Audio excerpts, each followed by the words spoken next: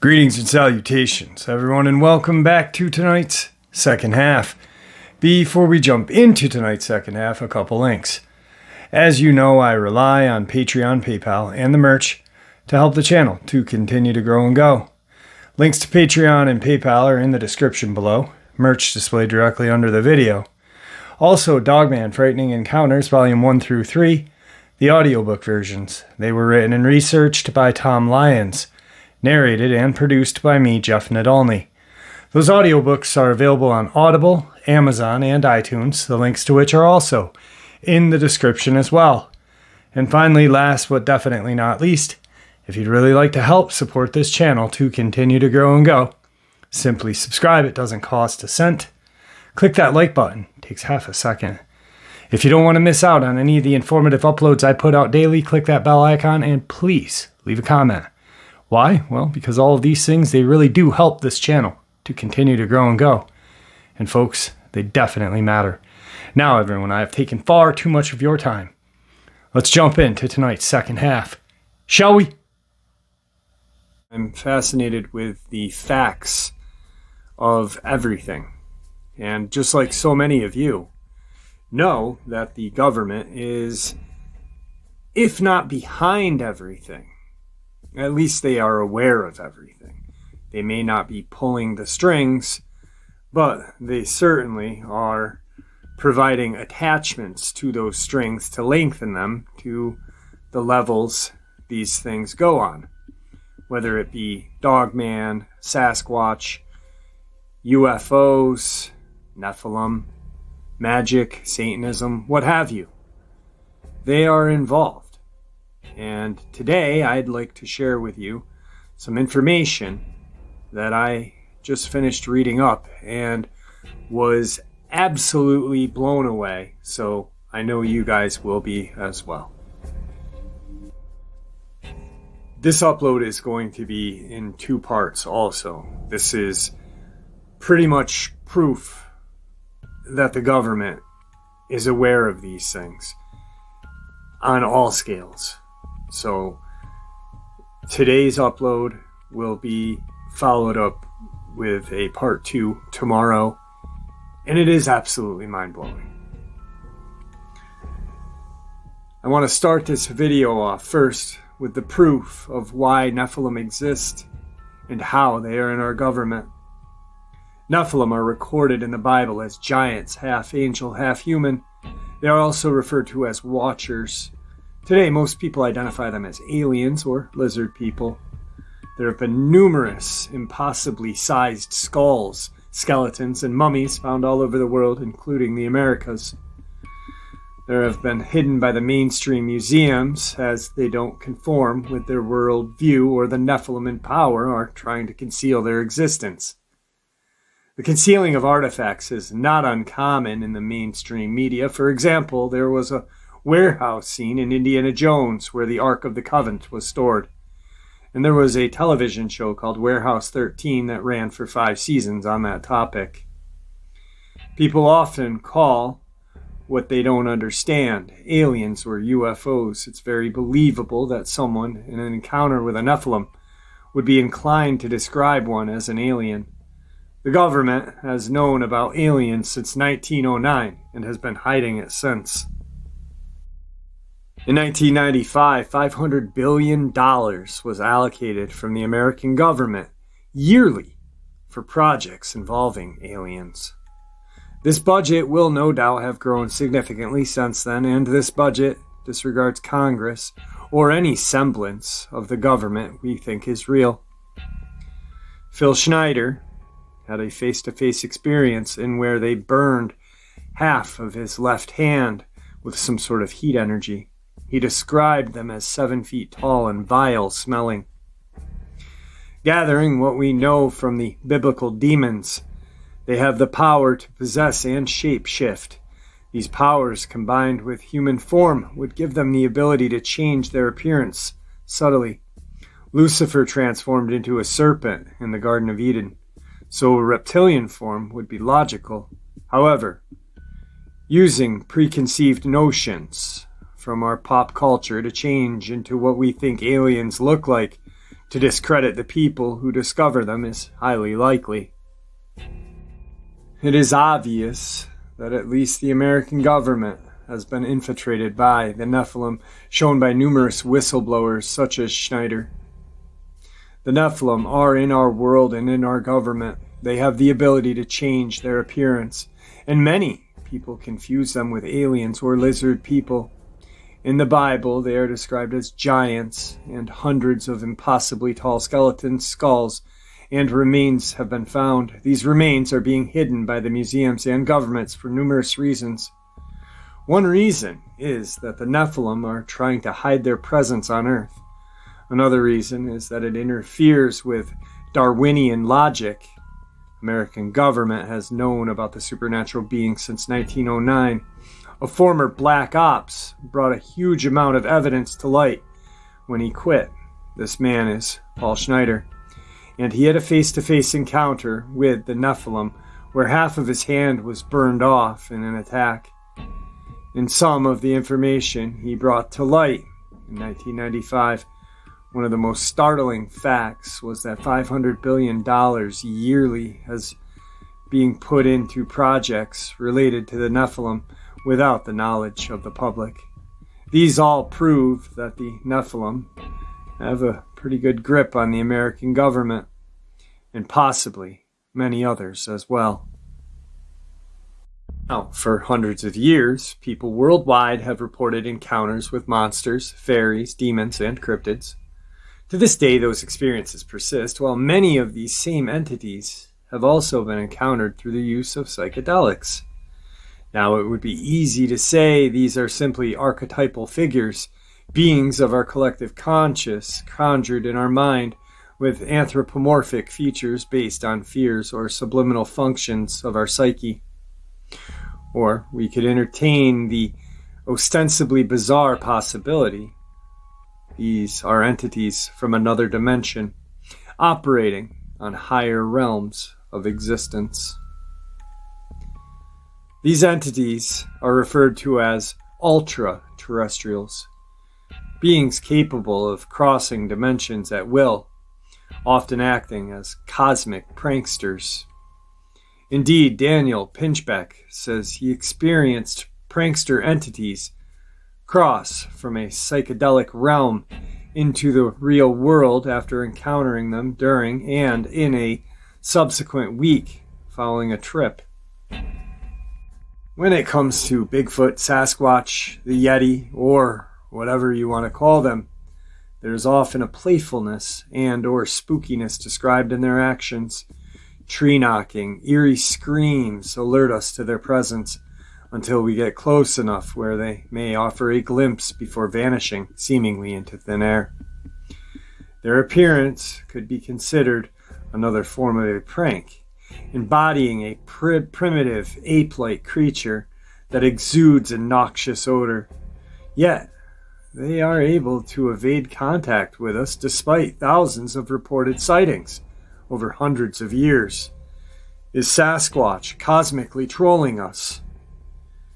An intriguing account tying UFOs and Bigfoot together comes from a 1888 meeting between cattle ranchers and a group of Native Americans in Northern California. The Native Americans described 3 crazy bears that descended from the sky in a small moon, leaving them in the woods before taking off. In another instance, in Cincinnati, Ohio in 1973, a woman named Refa Hetfield and her daughter were awakened in the middle of the night to a beam of light extending down from the bulbous umbrella shape in the sky. Tracking the light to where it landed in the nearby woods, the two noticed a grayish, simian creature wandering toward the beam. Before they knew it, both the ape and the craft disappeared.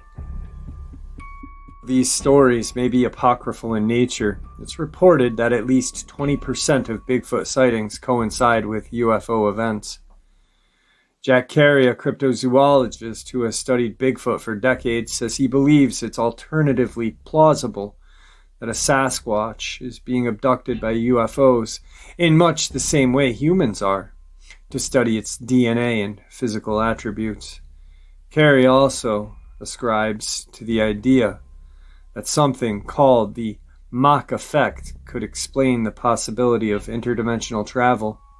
The Mach effect, which is actually a sound principle in physics being tested by NASA, employs the use of fluctuations created by the body of mass as it accelerates that are in turn used to generate thrust. Carey says he believes the Earth's fluctuations can create momentary tears in the electromagnetic membrane separating our universe with a parallel one, allowing extra-dimensional entities access into our dimension. The illustrious Jacques Vallée is in the mindset that there is something extra-dimensional going on, sharing a similar sentiment, speaking about the UFO phenomenon. Vallée believes there is something more to the traditional explanation of extraterrestrial race visiting the Earth, instead believing in a possible window to another dimension. We are dealing with a yet unrecognized level of consciousness, independent of man but closely linked to the Earth. I do not believe anymore that UFOs are simply the spacecraft of some race of extraterrestrial visitors. This notion is too simplistic to explain their appearance and frequency of their manifestations through recorded history, and the structure of the information exchanged with them during contact.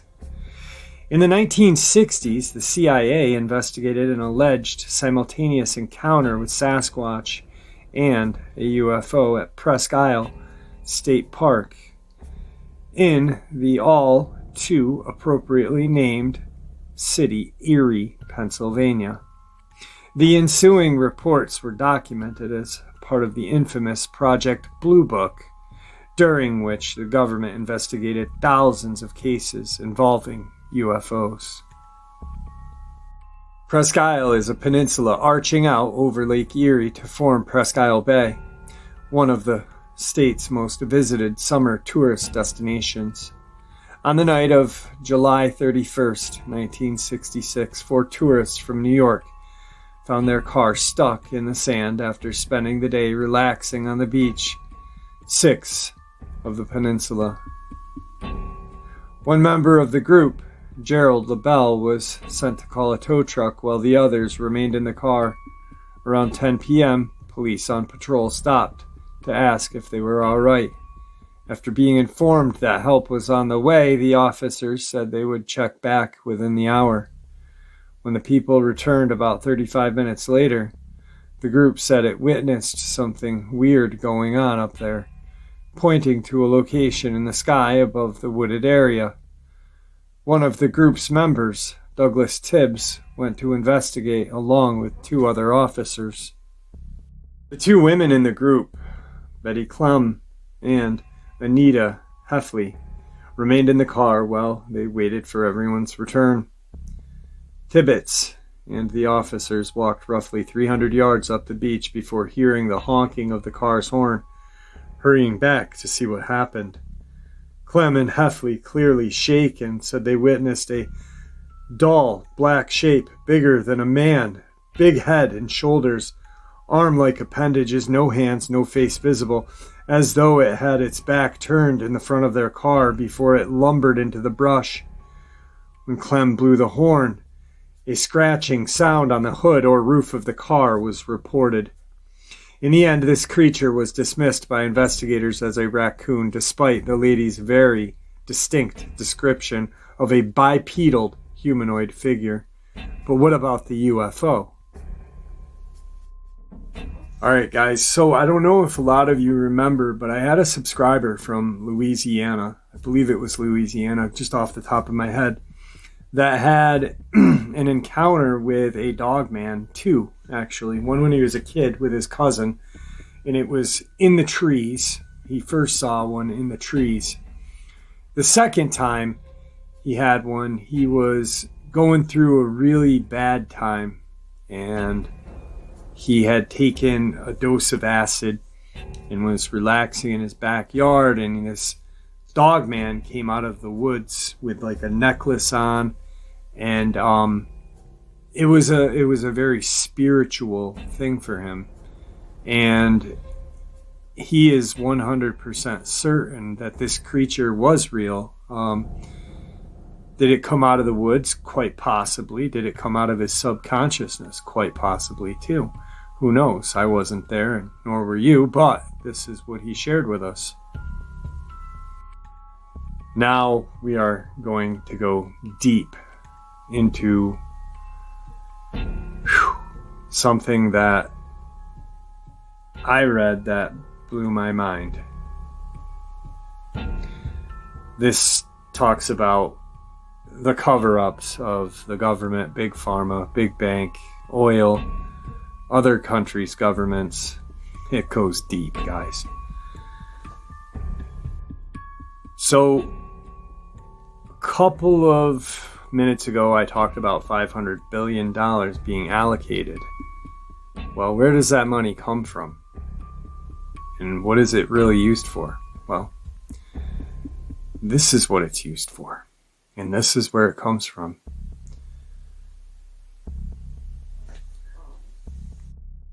This next piece of the upload is a whistleblower that worked for MI6. Government harassment and surveillance of me has increased since going public.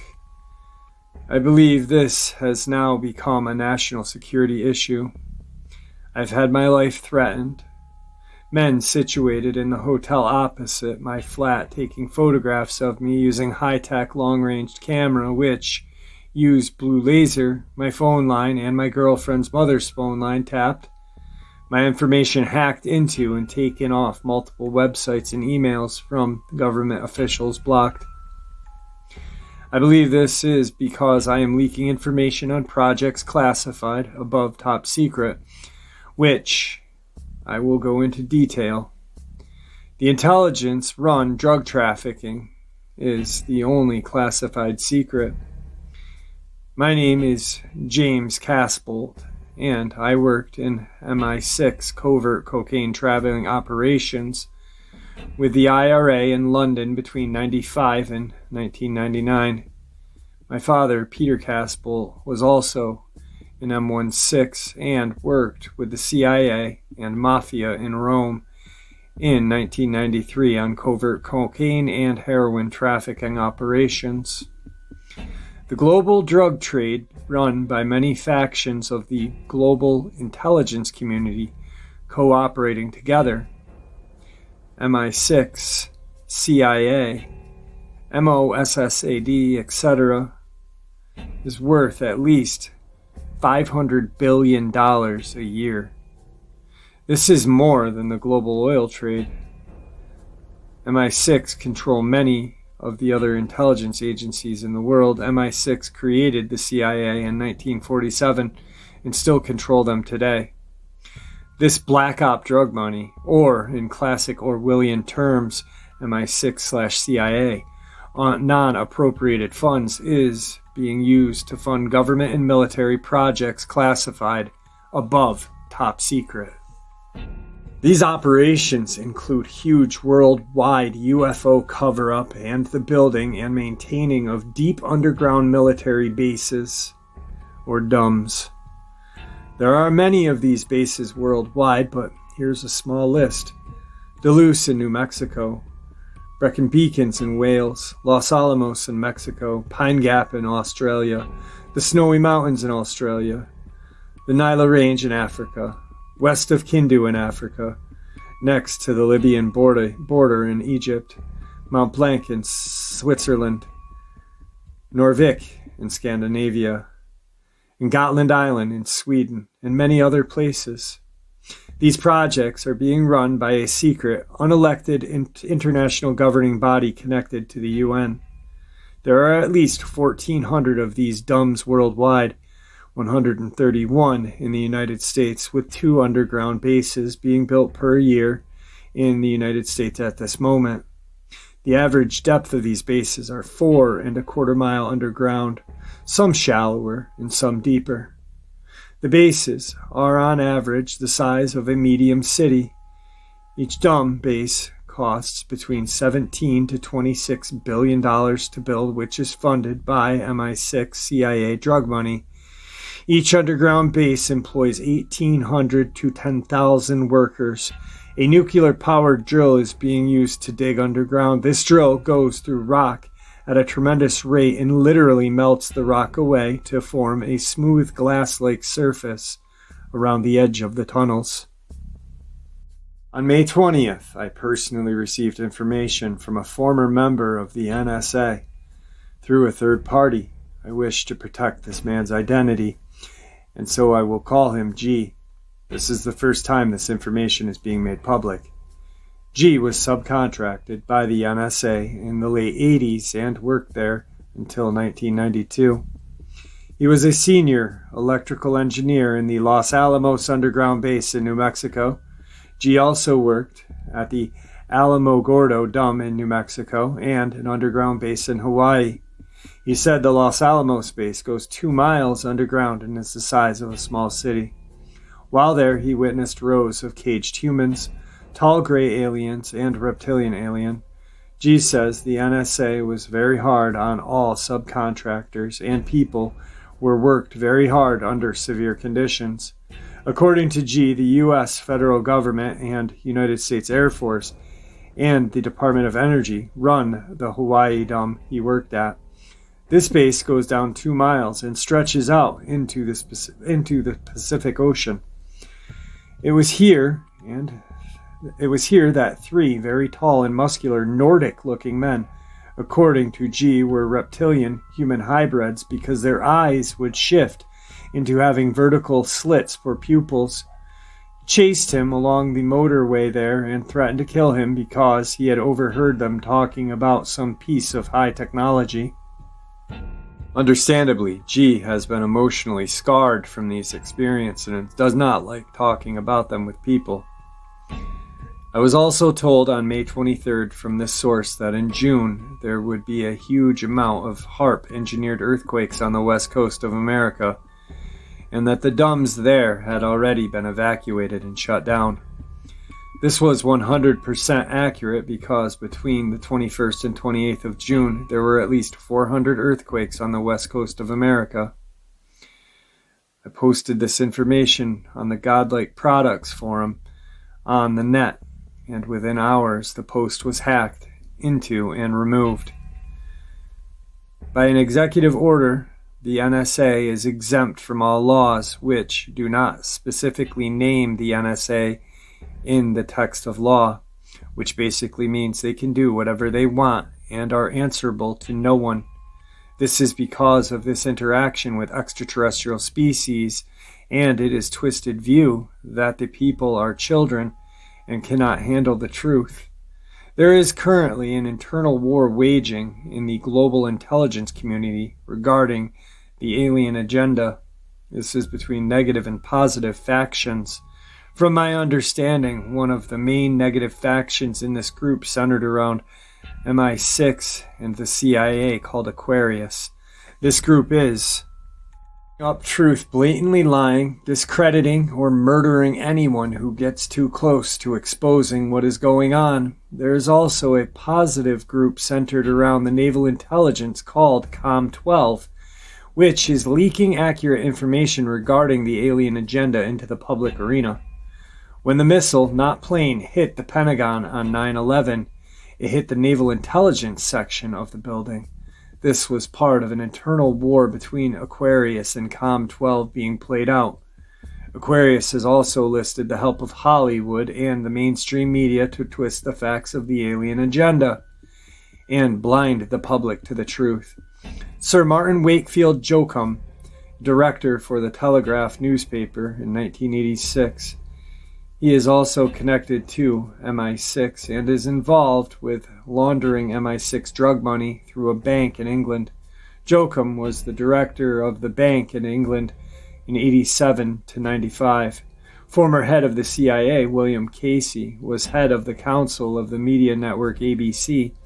Many insiders refer to the ABC network as the CIA network. The gray and reptilian aliens working together with the military in an underground base is called MIEC, Military Industrial Extraterrestrial Complex. This is a malevolent organization, as shall see with the following information. There are also benevolent ETs on this planet. These groups are not part of the Military Industrial Extraterrestrial Complex and are from the Pleiades, the Andromeda, Lyra, Procyon, Tiu Ceti, Sirius A, Omo. These groups seem to work together in some kind of protective federation. On February 20th, 1954, a delegation of these groups met with Eisenhower administration in an unsuccessful effort to reach an agreement with the United States thermonuclear weapon program. The stumbling block to these negotiations was that these ETs were not willing to provide technology that may have been used by the military-industrial factions of the Eisenhower administration. These peace-loving, human-looking beings refused to be co-opted into emerging military-industrial extraterrestrial complex in the United States, Britain, Russia, and elsewhere on the planet. On July 11th, 1934, the first treaty with the Greys from Orion occurred aboard a naval ship in Balboa. This was one of the most important events in human history because it thrust us into a role we were not prepared for as regards to being a host to a malevolent extraterrestrial race. The United States federal government disregarded the Constitution of the United States by doing this and not telling the people. It was here that the agreement was first made between the Greys, representing the reptilians of Orion, and representatives of the United States intelligence community. The treaty stated that in return for the Greys providing high technology, anti-gravity, metals and alloys, environment, free energy, medical technology, the government would allow the Greys to proceed unhindered with human abduction. This was only if a list of abductees was provided to the government and the abductees returned unharmed with their memories of the events erased. In 1944, the second extension of the treaty was signed. I have very little details of this. In May of 1954, again under the Eisenhower administration, the third extension of this treaty was signed, called the Gov'T Treaty. The Greys and Reptilians blatantly broke the terms of this treaty, as we shall see later in this information. The Gov'T Treaty was agreed upon at the Holman Air Force Base in New Mexico by the Greys and the Ultra Unit in the NSA. The original document of this treaty and the ET materials can be found today at the NSA facility called Blue Moon, underneath Kirkland Air Force Base in New Mexico. The entrance to this underground base is in the Manzano Mountains. Also at this location is a technological base of the secretive Department of Energy.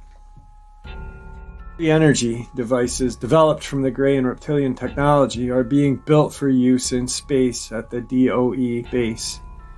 On April 15th, 1964, two intelligent personnel met under Project Plato with the Greys in New Mexico desert to arrange a meeting on April 25th at the Holman Air Force Base.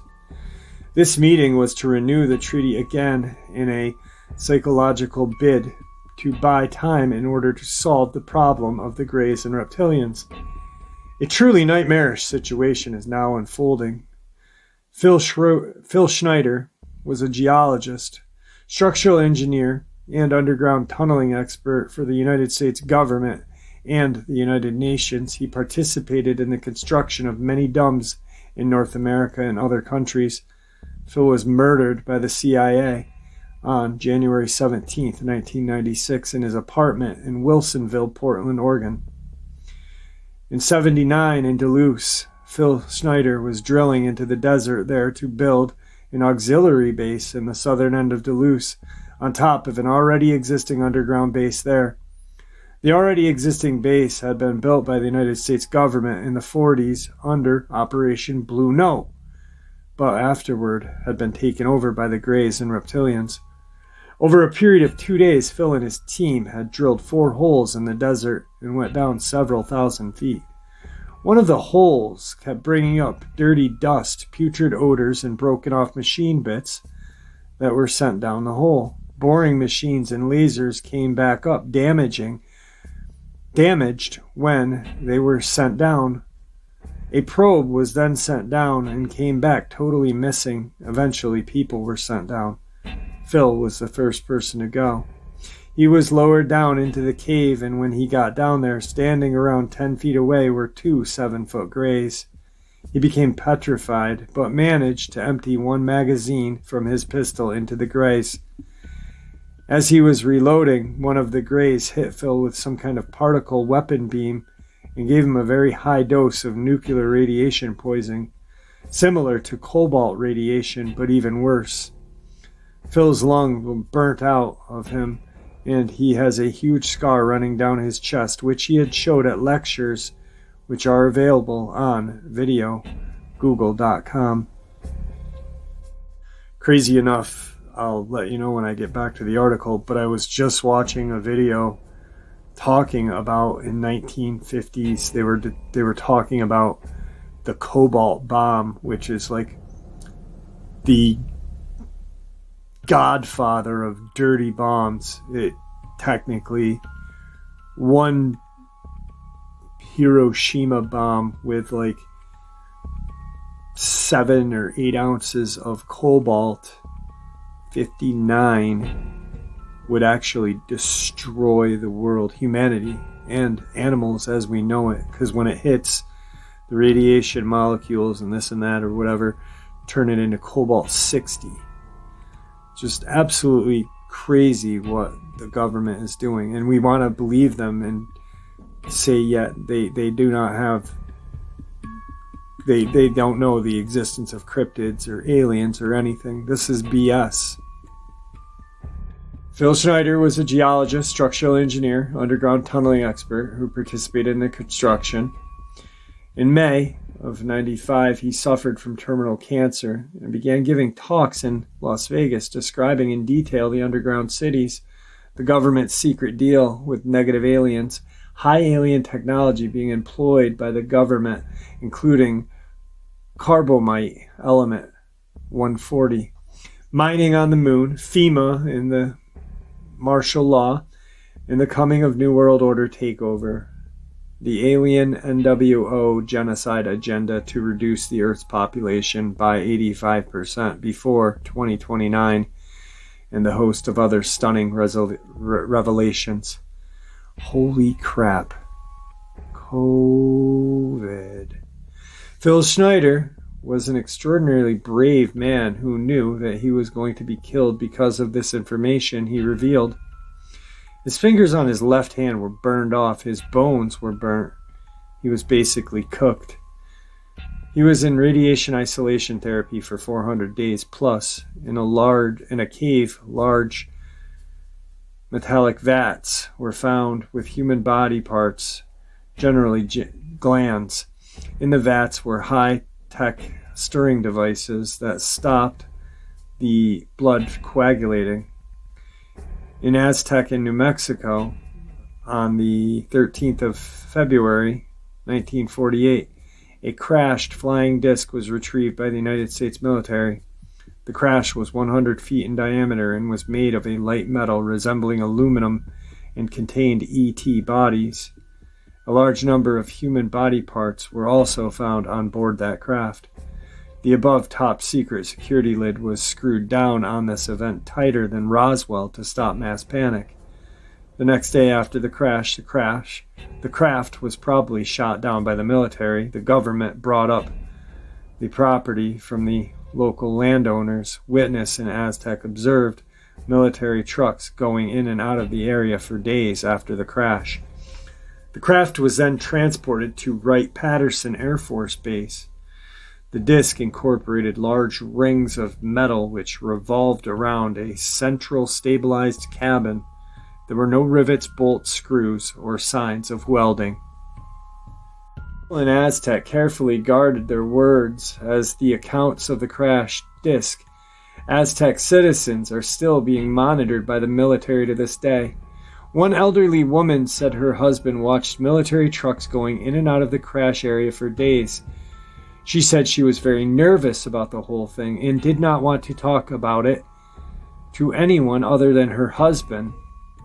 She was asked if she believed there had been a UFO crash. Her response was, if something hadn't happened out there, how come the military rushed in? Why was the covered military trucks going in and out of the canyon? Why did they deny being there? And why were they buying the near and surrounding land where the UFO supposedly crashed?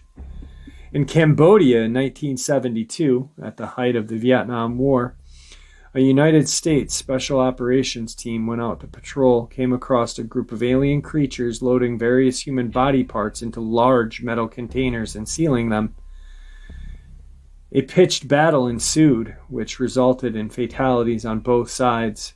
As the soldiers pulled back, the aliens quickly retreated to their craft, taking the body parts with them. As usual, a major cover-up was quickly enforced. One of the contacts in Wales, who I will call D to protect his identity, was approached by an elite intelligence organization called Group 58.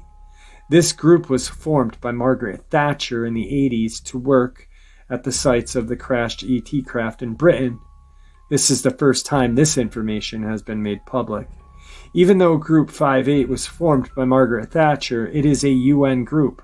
Group 58, man called George, showed my contact a UN identity card with UN holograms on it. George then drove D to a clandestine meeting on the motorway service. It was here that George showed D photographs of human mutilations. They had been found near heavily guarded Brecon Beacon Dam in Wales. These photos were taken at a sealed-off area where the UFO activity had taken place. The photos showed a girl of 16 and a boy of 20 who had their genitals removed, eyeballs removed, lips removed, and directly half of their skin was missing. George said Group 58 regularly found camper vans around this area where the occupants had vanished. D understandably had nightmares for weeks after this, and was soon afterward followed by a high-tech American utility van with blue lights underneath it. I believe this was an NSA van. After this, D had his life threatened over the phone. The call was anonymous, but told him to keep quiet or his house would be burnt with him in it.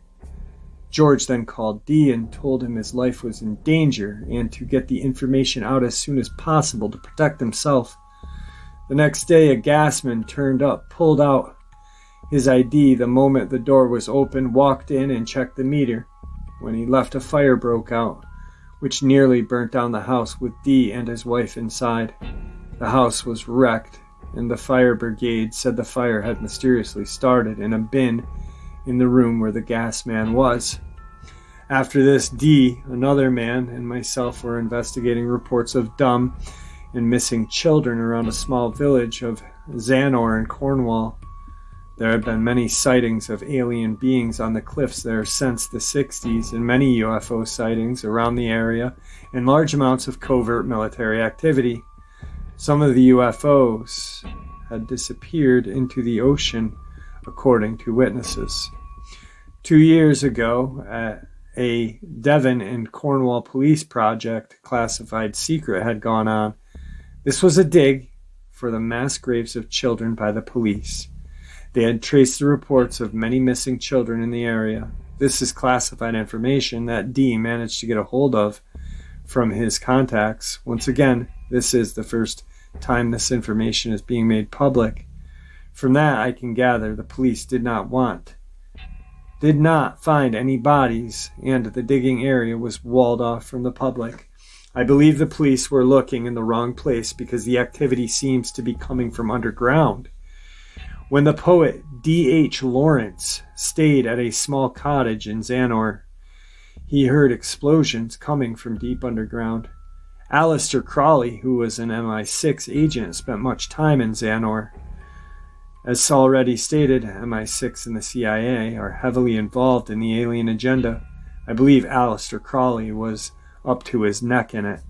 Aleister Crowley had performed many satanic rituals at the cottage in Zanor. There seems to be a close connection with Satanism and the Greys and Reptilians. At this cottage one night after Crowley left, that a woman named Kay Cox died of a stroke, and her husband went insane and ended up in the Bodmin mental asylum. The man said a reptilian being had materialized in the home, and I believe Kay Cox died of fright after seeing this. The police files pertaining her death were stolen from the police station after this. Aleister Crowley was also at the Montauk in New York when the project was in full swing, and there was a quantum energy grid line that ran from Montauk to Zanor and the Men and Toll ancient stones in Cornwall. After the fire at Dee's house, everything had gone quiet for a couple of years. All of a sudden, after 2 days into our missing children investigation at Zanor, Dee had men outside of his bedroom window shining lights in. This is an intimidation tactic used by intelligence agencies. I have only scratched the surface of what is going on in Zanor, as there is not room to go into it here. The bigger picture will be made public soon. So what is going on with these human mutilations and missing people? The truth of the matter is the Greys and Reptilians feed off the glandular secretions and hormones through a type of osmosis. This is why major organs are taken from people. Your mind may want to go into denial that this is happening, but if you start digging, you will find this 100% true. On the Crowded Skies website, there is a video smuggled out of Dulce underground facility that shows Greys inside vats absorbing these blood mixtures through their skin. Researcher Bill Hamilton and Tal Redacted, aka Jason Bishop, received reports from workers at the Dulce Dome who worked there in the mid-70s when it was being jointly run by the CIA, Greys and Reptilians. This was before the ETs completely took over the base and kicked humans out. The workers said the Dulce facility goes down at least 7 levels. Level 6 is privately called Nightmare Hall amongst workers. They tell of bizarre experimentation and multi-legged humans that look half human, half octopus, reptilian humanoids, furry creatures with hands like humans that cry like a baby and mimic human words. Right there. Do I need to repeat it? Workers said the Dulce facility goes down at least 7 levels. Level 6 is privately called Nightmare Hall amongst the workers. They tell of bizarre experimentation, multi-legged humans that look half human, half octopus, reptilian humanoids, furry creatures with hands like humans that cry like a baby and mimic human words. Also, huge mixture of lizard humans in cages, several cages with winged humans, 3.5 to 7 feet tall bat-like creatures and gargoyle-like beings. On level 7 are thousands of rows of humans and human genetic mixtures in cold storage, humanoid embryo storage vats with embryos in various stages of development. Another worker said they witnessed scenes even more terrifying than this and refused to talk about them.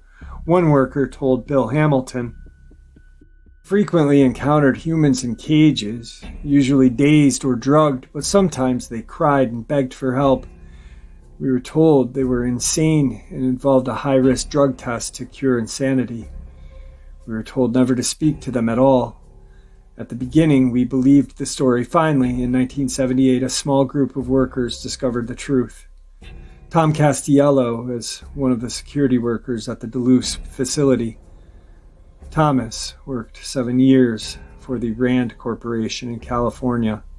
He was transferred to Dulce in 1977. He estimated there were more than 18,000 short greys at Dulce, and also saw tall reptilians. Thomas knew of 7 levels, but said there could have been more. He said the aliens were on levels 5, 6, and 7. Lower you go, the higher the security clearance is needed. The only sign in English is above the tube shuttle system that says, "To Los Alamos." The tube shuttle travels at Mach 2.7. Most signs at the Dulce facility are in the alien symbol language and the universal system understood by humans and ETs. Thomas said the other shuttle connection from Dulce went to Page, Arizona, Area 51, Nevada, Teos, Carlsbad, Detil, New Mexico, Colorado Springs, Creed, Colorado. Thomas also said there was a vast number of tube shuttle connections under the United States which extend into a global system of tunnels to further underground bases in other countries. Thomas Castello said that below the second level of the Dulce facility, everyone is weighed naked and given a uniform. Any change in weight is noted, and if there is a change in weight of 3 pounds or more, the people are x-rayed. At the entrance to all sensitive areas are scales, and that person's weight must match their ID card and code to gain entry.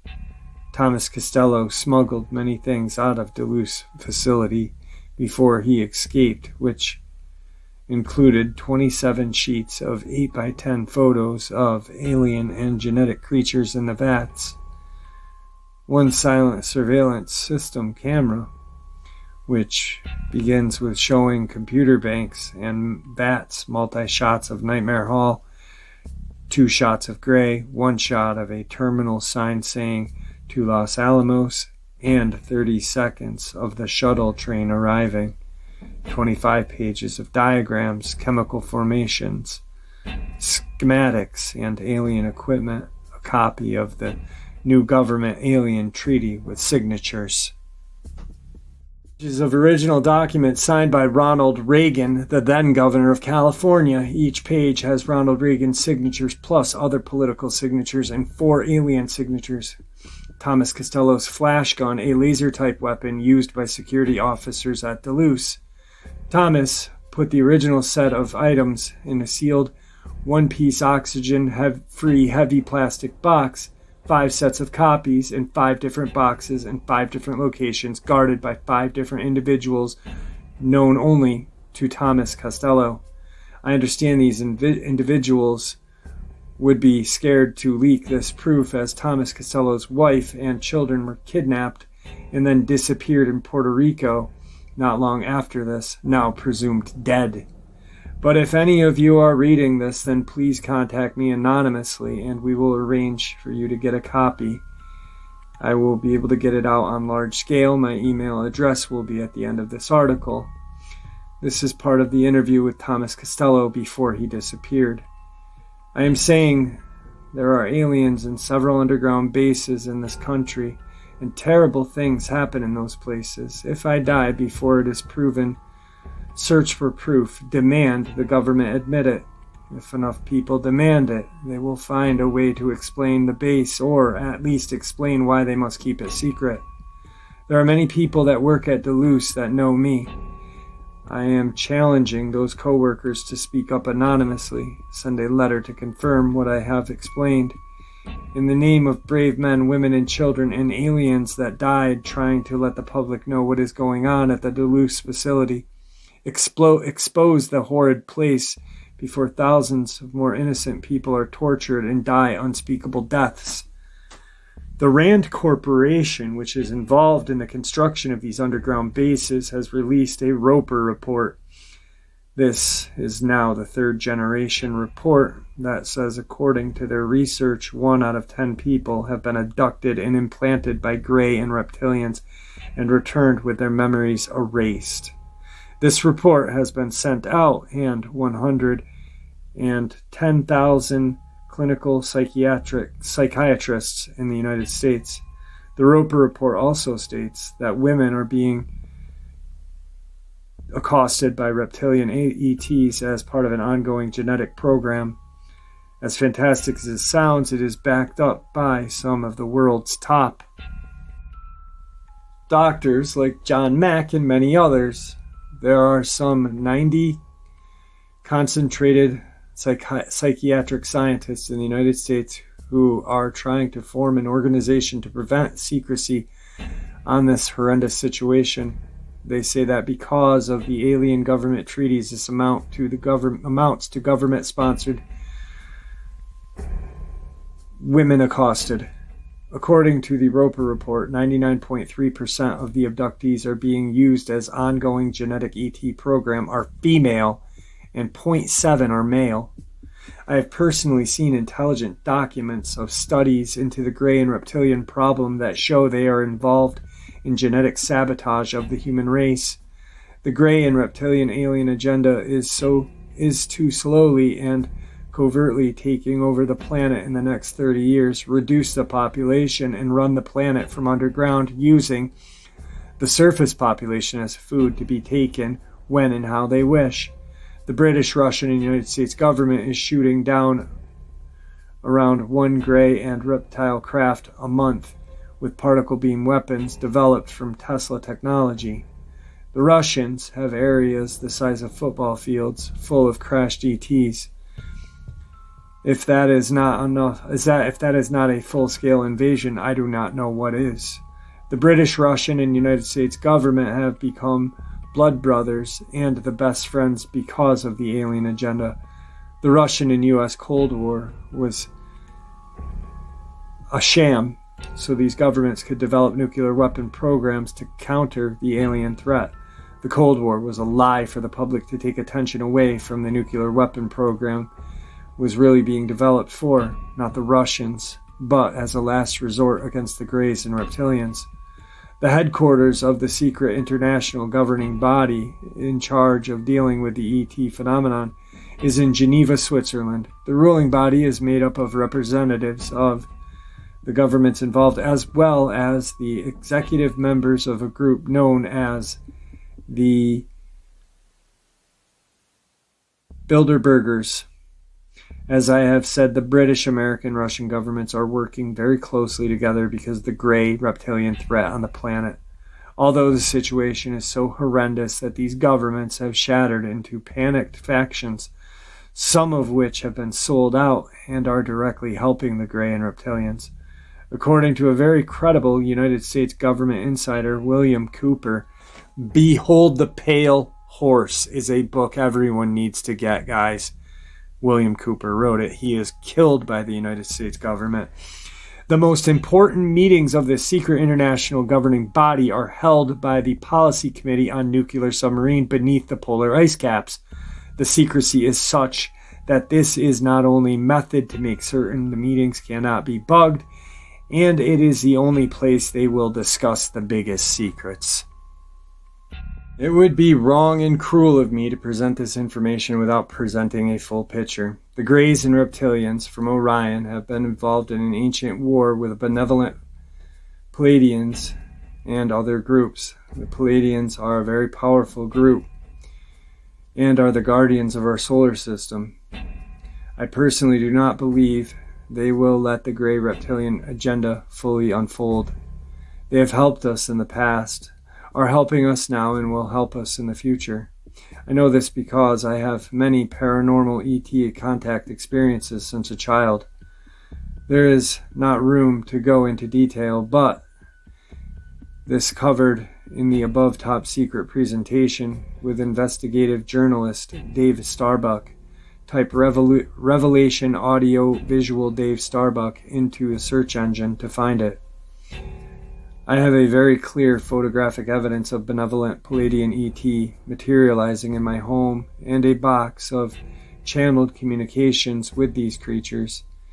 These photographs will stand up to a computer grain analysis test because they are all 100% real.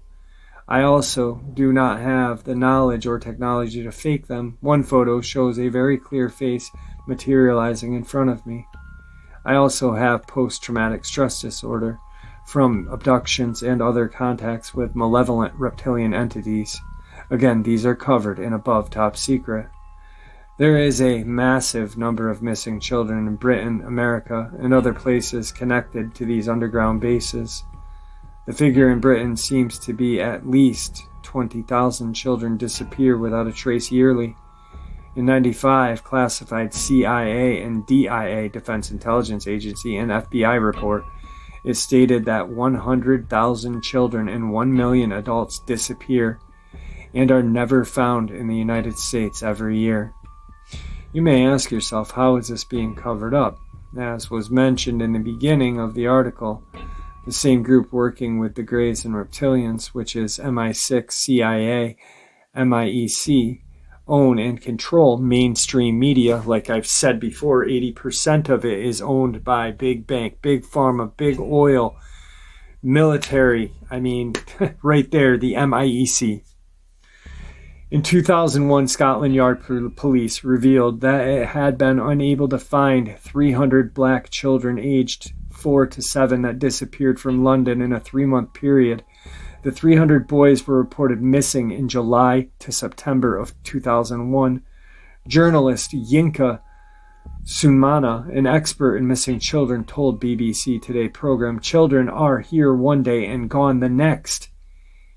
In 1989 in Westchester, New York, which was the site of numerous UFO overflights and reports of human abductions at the time, over 3,000 missing children reports surfaced.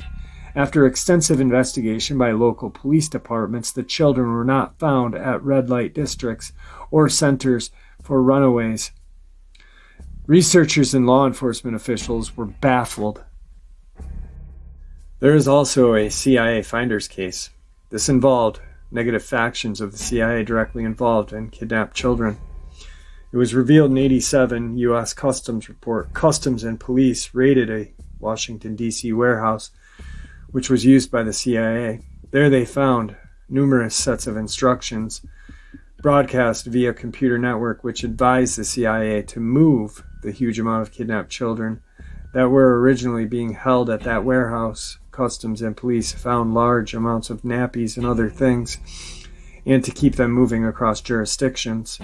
There were instructions on impregnation of female teenagers and also instructions on how to avoid police detection. The destination for the children in the instructions was New Mexico. The Albuquerque Journal ran an article entitled "Why New Mexico Has So Many More Missing Children Than Comparable States Remains a Mystery." Much of this activity is centered around New Mexico, where the Dulce underground facility is. One male survivor of the MI6 CIA mind control project, Monarch, described in The Illuminati Formula by France Springmeyer, the China Lake Naval Base at Woodcrest in California desert. This anonymous man says batches of kids numbering 1, 2, and 3,000 were kept in cages piled up to the ceiling in large hangars. He says these cages are called woodpecker grids. They are electrified and the children are tortured with electric shock. Children are today still being transported to China Lake Naval Base by train, car, or air. One of the main delivery routes for children into China Lake is by plane from the Santa Rosa airstrip near Bohemian Grove. Bohemian Grove, guys. I mean, come on. It says it all. The Santa Rosa airstrip is supposed to be closed, yet planes take off from there nightly, and they don't put their lights on until they are hundreds of feet in the air. The Nazi geneticist and mind control scientist Joseph Mengele, the angel of death from Auschwitz concentration camp, was brought to America after the war by MI6 and OSS, which became the CIA. In Project Paperclip, many other leading Nazi mind control experts, rocket scientists, geneticists were also brought to America and Britain after the war. Joseph Mengele stayed at the China Lake base and the Tavistock Institute in London. China Lake Naval Base is in the same as Lancaster, California. It was in Lancaster the mass graves of mutilated children were discovered. The sheer amounts of evidence, the only conclusion I can come up to is that certain sections of the United States and British government have sold us and our children to the malevolent ETs in our backdoor treaties. The situation is truly grim. Come on, people, it's time to wake up. The New World Order and UN, one world government, is this rigid control structure to clamp the people of the world into a totalitarian vice so they won't have to tell us about the aliens. I also believe that certain sections of the intelligence community and the United States and British government are directly helping the Greys and reptilians with their takeover agenda. Evidence seems to point to ETs promising these humans certain powers when it happens. The name of the powerful secretive group is the Trilateral Commission, is taken from the Orion Grey and Reptilian flag known as the Trilateral Insignia. This shows how much trouble the human race is really in. There is now an apathy amongst the people towards world events that is deadly and contagious. This is especially true of the people of Britain. We have truly become a nation of sheep. All I'm asking, guys, is to think about that. Just think about everything that you just heard. Think about how they lie to us about everything. Whether it be aliens,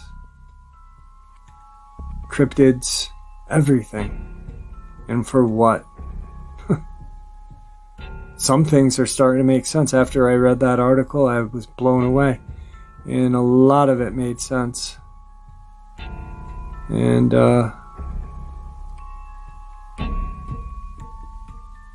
after talking to certain people, that article made even more sense. Or actually, let me rephrase that. After reading that article and thinking back on talks I had with certain people, the article made more sense. There we go. It is absolutely insane. We are sheep. No more. We cannot be anymore.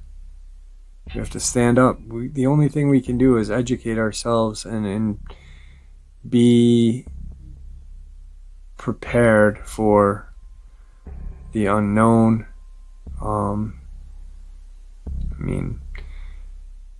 The smartest man is the most dangerous man, right? Well, there you have it, folks. Tonight's second half. I hope you enjoyed it and found it just as interesting as I did. With that, thank you for supporting this channel and being the foundation of this platform. Without your support, this channel would be nothing. I'd like to thank you also for all of your prayers and well wishes. I am blessed. I truly am. Please, everyone, stay safe, happy, healthy, and ever vigilant. Please keep an eye on your children, your pets, your loved ones. These creatures are out there. They are real. They are not our friendly little Harry and the Henderson. God bless you all.